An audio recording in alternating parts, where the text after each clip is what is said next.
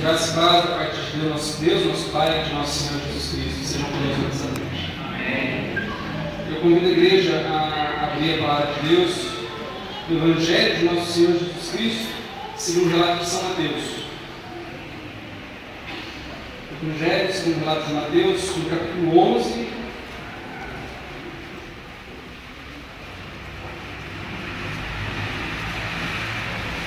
Nós leremos os versos 2 a 6. Evangelho segundo São Mateus, capítulo 11, os versos 2 a 6. Assim nos diz a palavra do Senhor. Quando João ouviu no cárcere falar das obras de Cristo, mandou os seus discípulos perguntar: És tu aquele que estava para vir, ou havemos de esperar outro? E Jesus, respondendo, disse-lhes: Ide e anunciai a João o que estáis ouvindo e vendo. Os cegos veem, os coxos andam, os leprosos são purificados, os surdos ouvem, os mortos são ressuscitados, e aos pobres está sendo pregado o Evangelho. E bem-aventurado é aquele que não achar em mim motivo de tropeço. Lâmpada para os meus pés é a tua palavra e luz para os meus caminhos. Oremos. Senhor Deus, a tua palavra foi lida e nós te pedimos agora, Pai, que tu abres os olhos dos nossos corações para que nós possamos aprender qual seja a altura, a largura, a profundidade da tua excelente vontade para as nossas vidas, ó Pai. Ilumina os nossos corações pelo teu Santo Espírito, é a nossa oração em nome de Jesus. Amém. Amém. O reverendo Antônio Gouveia de Mendonça, um dos maiores estudiosos da história da Igreja no Brasil, escreveu no seu livro Introdução ao Protestantismo no Brasil que, historicamente, as igrejas evangélicas brasileiras têm mantido um conceito alienado de vida cristã. E o que ele quis dizer com isso? Ele quis dizer que, desde que os protestantes começaram a sua obra de evangelização no Brasil, a ênfase sempre foi dada muito mais na questão da vida após a morte do que na nossa vida aqui. Eu consigo lembrar, por exemplo, de ter sido ensinado a evangelizar perguntando para as pessoas: para onde você vai quando você morrer? Para onde você acha que vai quando você morrer? E a partir desse gancho, a partir desse assunto, é que começaram a se expor o plano da salvação, o conceito de pecado, o conceito e o motivo da morte de Jesus por nós, da sua ressurreição, o perdão dos pecados. E a partir de tudo isso é que se tentava induzir essa pessoa a, como se diz, aceitar Jesus. Um parêntese, né? Nós, como reformados, sabemos que, a partir da nossa teologia, o certo é que Jesus nos aceita, e não nós a Ele. Mas vamos usar essa terminologia, né, que é mais entendida no meio evangélico, aceitar Jesus. Nós sabemos o que se quer dizer com isso. A princípio, não há problema na prática da evangelização, muito pelo contrário, é uma das práticas mais importantes da vida do cristão. É um dos nossos maiores deveres. O problema é que, para muitas pessoas, e muitas vezes, o conceito de vida cristã que se tem, não passa disso. Não passa do conceito de aceitar Jesus e daí para frente esperar até chegar a morte para que nós finalmente possamos ir para o céu e conhecer Jesus pessoalmente e ter a nossa vida eterna com Ele. Para muitas pessoas, a vida cristã nada mais é, então, do que um seguro de vida contra o inferno. A minha preocupação máxima é escapar e salvar minha alma da pena do inferno para depois que eu morrer, e por enquanto não tem muita importância a forma como eu vivo a minha vida. Nós tivemos 2 exemplos óbvios disso na imprensa em tempos recentes. No final do ano passado, um dos chefes do tráfico do Rio de Janeiro foi preso se escondendo em porta-malas de um carro, tentando fugir da polícia que estava ocupando a favela, na qual ele era chefe de tráfico. E em uma entrevista, ele disse que ele tinha certeza de que uma vez que ele morresse, ele iria para o céu. Por quê? Ele já tinha sede a Jesus e ele lia sempre a Bíblia. Outro exemplo disso foi no ano retrasado, durante um daqueles muitos escândalos de corrupção em Brasília, quando uma roda de políticos, depois de receber o dinheiro de propina que eles estavam combinados, eles se levantaram, fizeram uma oração, agradeceram a Deus por aquele dinheiro sujo, e enquanto isso, uma câmera escondida gravava tudo isso para o nosso escândalo. Para essas pessoas, ser cristão era simplesmente uma questão de aceitar Jesus, de dizer que tinham aceito a Jesus. Eles tinham feito aquela famosa oração do pecador, né, pedindo a Jesus que viesse morar neles, mas pronto, eles têm certeza de que a partir disso eles não iam mais para o inferno, e que eles não iam precisar encarar uma eternidade de tormentos no inferno. Para nós, é óbvio que não é apenas repetir essa oração, não é apenas chamar Jesus para vir morar no seu coração e pronto, está tudo resolvido e vida cristã é isso.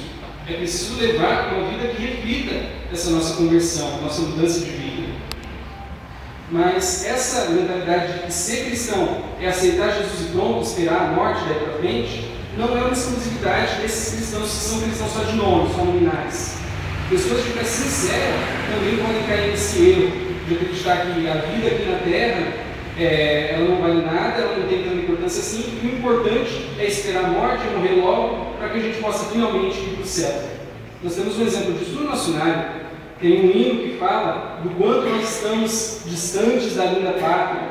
Ele chama as alegrias da vida, as belezas da natureza, de distrações que vêm tirar a nossa atenção do reino dos céus e da vida celestial que nós temos que esperar.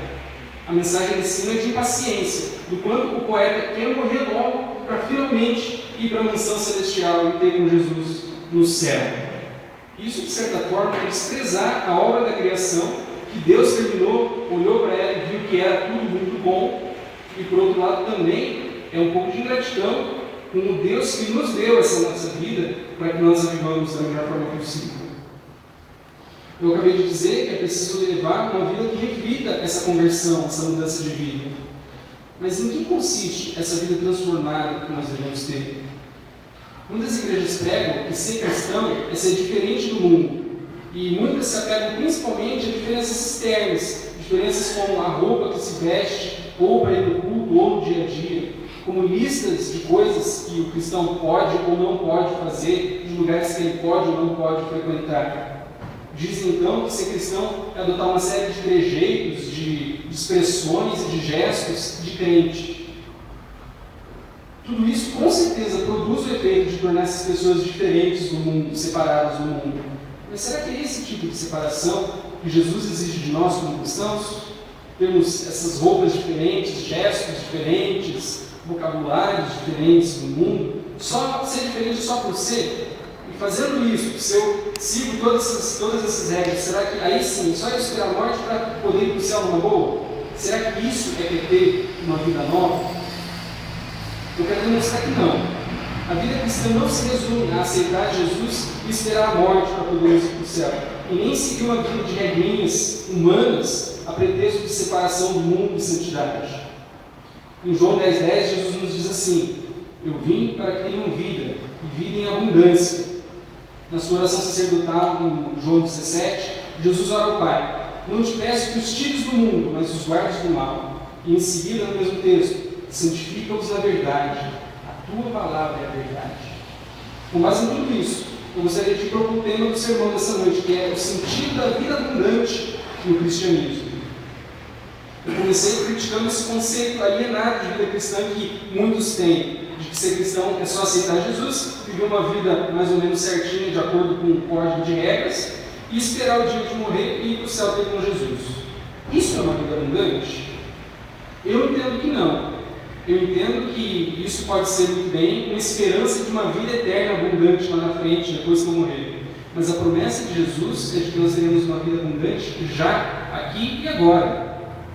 A partir do momento que nós passamos a pertencer a Cristo, a nossa vida precisa ter um salto de qualidade, uma transformação que não é sentida apenas por nós mesmos, mas também por aqueles que nos cercam, os nossos familiares, os nossos colegas de trabalho, nossos colegas de escola. A vida abundante é uma vida que transborda a vida, que derrama, que espalha a vida. E que vida é essa que nos preenche, que nos derrama, se transborda e se espalha ao nosso redor? O Senhor Jesus nos responde: eu sou o caminho, a verdade e a vida, e ninguém vê ao Pai senão por mim. A nossa vida passa a transbordar a vida que é o próprio Senhor Jesus. Então, como nós sabemos que a nossa vida está transbordando e derramando a vida de Jesus à nossa volta? De volta à oração sacerdotal, em João 17, Jesus pede assim a Deus: santifica-os na verdade, a tua palavra é verdade. Eu sou apaixonado pelos jogos de palavra que Jesus muitas vezes faz nos evangelhos. E esse é mais um deles. Jesus pede a Deus que nos santifique na sua palavra, que é a verdade. Em grego, a palavra aqui no texto grego é logos. E essa é a mesma palavra que o evangelista João usa no começo do evangelho para se referir ao próprio Jesus. No princípio era o verbo, no princípio era a palavra, no princípio era o logos. E o logos estava com Deus, o logos era Deus. Então, o que Jesus está querendo dizer aqui: santifica-os na verdade, na tua palavra que é a verdade. Santifica-os em mim, eu sou a palavra. Jesus é a própria palavra. Então, tudo isso nos leva a concluir que Jesus está dizendo aqui: santifica-os em mim.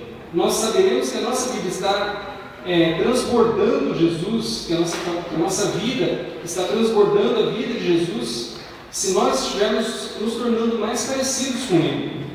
Esse é o sentido da santificação, o verdadeiro sentido da santificação. Não legalismo, não questão de regras criadas por homens, regras muitas vezes tiradas de pontos fora de contexto da Bíblia, mas simplesmente nos tornarmos mais parecidos com Jesus. Esse é o sentido da santificação. Esse é o verdadeiro sentido da vida cristã. Como saberemos que estamos agindo como o Senhor Jesus, nos tornando mais parecidos com Ele? Em primeiro lugar, talvez o meio mais simples e ao mesmo tempo mais difícil, estudando o que nós temos sobre Jesus. A Bíblia, a revelação de Deus escrita para nós, é o documento mais confiável, considerado assim tanto pela igreja, tanto pela nossa teologia, como também pelos historiadores seculares. A Bíblia é o documento considerado mais confiável para nós termos informações sobre Jesus. E estudando a Bíblia, nós temos a oportunidade de nos deixarmos transformar por Ele. A nossa igreja se propôs nesse ano a estudar a Bíblia juntos, a nós lermos o Antigo Testamento inteiro juntos, o Novo Testamento 2 vezes, o livro dos Salmos e Provérbios 2 vezes também. Nós temos uma oportunidade muito grande de, não apenas sozinhos, não apenas no nosso quarto em secreto, mas como comunidade de fé, como igreja que nós somos, de acompanharmos juntos, de crescermos juntos no conhecimento da Palavra de Deus e principalmente de nos deixarmos transformar por esse conhecimento. Então, eu insto a todos aqueles que estão atrasados ou que não começaram ainda, corra atrás, vamos estudar juntos, vamos terminar esse ano juntos, conhecendo mais sobre a Palavra de Deus, conhecendo mais e sendo transformados por essa Palavra nas nossas vidas. Além disso, uma boa forma de sabermos que nós estamos agindo à semelhança de Cristo, que nós estamos vivendo a semelhança de Cristo, é olhando para esse texto que nós lemos no começo dessa meditação. Na cadeia, João Batista mandou perguntar a Jesus se era finalmente ele a quem Israel estava esperando, se eles deviam esperar ainda um outro. O que Jesus respondeu?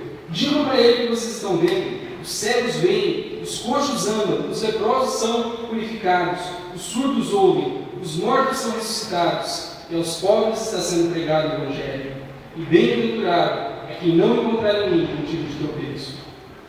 O que tudo isso quer dizer? Jesus nos deixou muito mais ensinamentos com relação à nossa vida prática, ao aqui e agora, do que Ele nos deixou indicações do que será ou de como será a nossa vida no céu. De fato, a Bíblia toda é assim. Tanto no Antigo quanto no Novo Testamento, nós temos muito mais indicações de como nós devemos viver aqui e agora, do que nós encontramos indicações de como vai ser a nossa vida lá na frente, lá no céu. Isso não é à toa, isso é uma questão de prioridade. Tudo que nós encontramos em maior quantidade, em maiores vezes na Bíblia, indica que isso tem prioridade para Deus, e Deus deixou isso com maior importância para as nossas vidas. Isso significa que enquanto nós estamos aqui na Terra, nós devemos nos preocupar muito mais em como nós estamos vivendo a nossa vida aqui e agora, do que ficar sonhando acordados, o dia que eu finalmente estou no céu, como vai ser lá. Nada é errado, não é nenhum problema a gente imaginar como vai ser. Vai ser muito melhor do que a gente imagina, mas a nossa prioridade deve ser como nós vivemos a nossa vida aqui e agora. Viver uma vida abundante passa por viver uma vida segundo os princípios da Palavra de Deus, segundo os princípios que Jesus mesmo deixou para nós. Mas não para por aí. O que a resposta de Jesus a João Batista nos ensina a respeito da vida abundante é que Ele transforma a vida das pessoas pelas quais nós passamos. Isso é uma constante na vida de Jesus. Por onde Ele andou, por onde Ele passou, com tantas pessoas, quantas Ele tomou conhecimento, com quantas Ele teve contato, Ele transformou a vida dessas pessoas. E por onde Jesus passou, essas pessoas que tinham vidas incompletas, tinham as suas vidas finalmente completadas. Então, Jesus não apenas curava o cego, Ele perdoava os seus pecados. O cego não apenas passava a ver, e Jesus dizia, os seus pecados também estão perdoados. Os doentes não eram apenas curados, e Jesus dizia, a sua fé te salvou. Jesus não era simplesmente um milagreiro, alguém que resolvia, um resolvedor de problemas, como tantos que haviam naquele tempo, no tempo dele, e como tantos que nós vemos nas esquinas aí, em cartazes pendurados nos postes, traga a pessoa amada, resolva isso, resolva aquele outro problema. Jesus não é apenas um milagreiro. Jesus consegue resolver o nosso problema, mas Ele consegue completar a nossa vida de uma forma que nenhum outro resolvedor de problemas pode resolver para nós. Jesus completa a nossa vida de uma forma que ninguém mais pode completar. Jesus não é o gênio da lâmpada. A sua missão não era simplesmente vir aqui e curar uma meia dúzia de cegos, de coxos, de leprosos e pronto. A sua missão era trazer completude à vida das pessoas, à vida de todos os seus escolhidos, de todos os seus eleitos. E isso é o que nós, como cristãos, como discípulos de Cristo, como pequenos cristos, também devemos fazer. Antigamente, isso fazia parte integral da nossa tradição como presbiterianos. Onde se abria uma igreja presbiteriana, de um lado se abria uma escola, do outro se abria um hospital. E se nós talvez não temos se nós nem sempre recebemos a graça de podermos fazer um cego enxergar milagrosamente, nós podemos colaborar com a cura dele, abrindo um hospital oftalmológico. Se nós não conseguimos colaborar para que esse cego recobre a vista, nós podemos ensinar a ler braille. Se nós não podemos fazer um cego ver, nós podemos fazer um analfabeto passar a ler e a escrever. E isso são formas de abrir os horizontes, tanto quanto Jesus abriu os horizontes para aqueles cegos que passavam a enxergar. Aqui em Franca nós temos duas associações presbiterianas beneficentes, o Bom Samaritano e a AEF, as duas dedicadas a promover a completude na vida de crianças carentes. E nós temos várias outras oportunidades aqui na nossa cidade, na nossa região, de outras associações também, evangélicas ou não, de colaborar para a completude da vida das pessoas. Nós podemos colaborar sim com o nosso trabalho voluntário, nós podemos colaborar financeiramente com essas instituições, mas também, principalmente, nós podemos colaborar para a completude na vida das pessoas, ministrando a palavra de Deus para elas. Nem sempre nós temos assim a facilidade de abordar um estranho na rua e passar a evangelizar. Tem gente que tem muita facilidade com isso, tem gente que não. Mas todos nós temos a possibilidade de aconselhar um amigo, de talvez aconselhar um casal que está em crise. Que milagre grande é hoje em dia um casamento que é salvo. Então, muitas vezes nós temos oportunidades com os nossos contatos, com os nossos conhecidos, de compartilhar do amor de Deus para conosco e de compartilhar a vida que Jesus nos dá e a vida que deve transbordar de nós com quem está à nossa volta. Nós podemos escutar, nós podemos aconselhar, e muitas vezes, mesmo que nós não tenhamos a oportunidade de ativamente falar da palavra de Deus, de abrir a Bíblia, de explicar uma porção das Escrituras para as pessoas evangelizadas, muitas vezes com o nosso contato cotidiano, com a nossa forma de falar, com a nossa forma de nos relacionar com as pessoas, nós temos uma forma de transmitir, às vezes, como se diria, por osmose. A longo prazo nós vamos mostrar a diferença que Deus dá nas nossas vidas e isso vai atrair as pessoas. Como Jesus atrai as pessoas com a sua brandura no falar, com a sua amabilidade. Essa é uma das formas pelas quais Jesus comunicava a sua vida às pessoas à volta dele. Com isso, as pessoas vão ser atraídas pela luz de Cristo que brilha através de nós. E é isso que Jesus quis dizer quando Ele disse que nós seríamos e nós temos de ser o sal da terra e a luz do mundo. Jesus quer que nós sejamos o sal da terra e a luz do mundo. E nós não fazemos isso nos trancando dentro das nossas igrejas, nos fechando muitas vezes, muitas igrejas exigem que os seus membros se relacionem só entre si, que se fechem do mundo, se isolem do mundo numa busca de santidade. E não é isso que a Bíblia espera de nós, não é isso que Jesus espera de nós. A vida cristã não pode ser vivida toda dentro dos muros da igreja. Ninguém acende um lampião, para fazer uma analogia com as palavras de Jesus, para esconder ele debaixo da cama. Mas antes você pendura ele no centro da sala, para que ele ilumine tudo. Nós vamos ser a luz do mundo, nos isolando do mundo, nos escondendo de casa para a igreja, da igreja para casa? Não. Mas nós vamos ser a luz do mundo se nós também dificultarmos a nossa comunicação, se nós usarmos só gírias que só crente entende, se nós nos portarmos de uma maneira que nós não vamos nos fazer compreender por aqueles que estão à nossa volta? Não.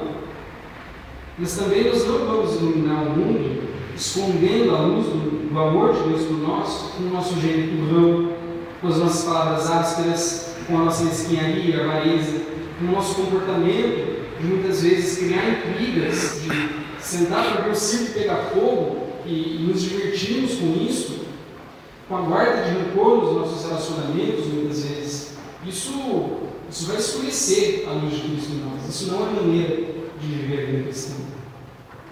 Isso é ser parecido com Jesus, isso é ser mais parecido com Jesus. Vamos olhar para a Bíblia, vamos olhar para aquilo que os evangelhos nos mostram a respeito de Jesus, que era uma pessoa tão amada, que era uma pessoa que não rejeitava ninguém que vinha até ele, por mais que ele estivesse cansado, e a Bíblia muitas vezes fala que Jesus estava cansado, ele estava tentando se retirar para orar um pouco sozinho, para procurar descanso, e muitas vezes as pessoas vinham a ele e ele se compadecia delas, porque estavam perdidas com ovelhas sem pastor. Isso tudo não é obrigação só do nosso pastor ser, não é só obrigação do nosso pastor ir lá fora e evangelizar, ir lá fora e ser a luz do mundo, isso é uma obrigação de cada um de nós. E muitas vezes nós negligenciamos isso, muitas vezes eu negligencio isso. Tudo isso nós precisamos aprender, tudo isso nós precisamos considerar para que a nossa vida seja mais próxima da vida de Jesus. O que adianta viver uma vida individual? O que adianta nós termos uma vida com Jesus? O que adianta nós lermos a Bíblia, nós dizermos que aceitamos o senhorio de Jesus nas nossas vidas, que nós nos propomos a viver segundo a vida de Jesus, se nos faltar amor, compaixão pelo nosso próximo? Não seremos nós sendo também fariseus? A palavra de Jesus para os fariseus vale também para nós. Nós devemos fazer uma coisa sem nos esquecer da outra. Nós devemos ter uma vida com Ele, uma vida devocional, uma vida de culto aqui na igreja, em comunidade. Nós devemos ter uma vida moral exemplar lá fora também. Nós devemos ter a nossa conduta exemplar. Mas nós não podemos faltar também amor. Não nos pode faltar amor. Nós devemos, então, comunicar na melhor medida possível como Deus nos chama para transformarmos o mundo à nossa volta, transbordando amor, transbordando a vida de Jesus que deve nos encher. Ele diz que fluirão de nós rios de águas vivas. É uma água que transborda de nós, que irriga o nosso meio, que irriga essa terra seca na qual nós vivemos, seca de amor, seca de esperança. Nós podemos comunicar isso. Muitas vezes, talvez, não entregando folhetos na praça, muitos de nós têm dificuldade com isso. Mas nos nossos relacionamentos, no dia a dia, nós temos a oportunidade de sermos a luz de Cristo, muitas vezes de sermos a única luz de Cristo que uma pessoa vai ter contato nesse mundo secularizado. Então, que nós alcancemos a bênção, meus irmãos, de termos e vivermos vidas cheias e transbordantes do amor de Cristo por nós. Que nós possamos, assim, fazer transbordar também as vidas daqueles que estão à nossa volta. Por Jesus Cristo, nosso Senhor. Amém.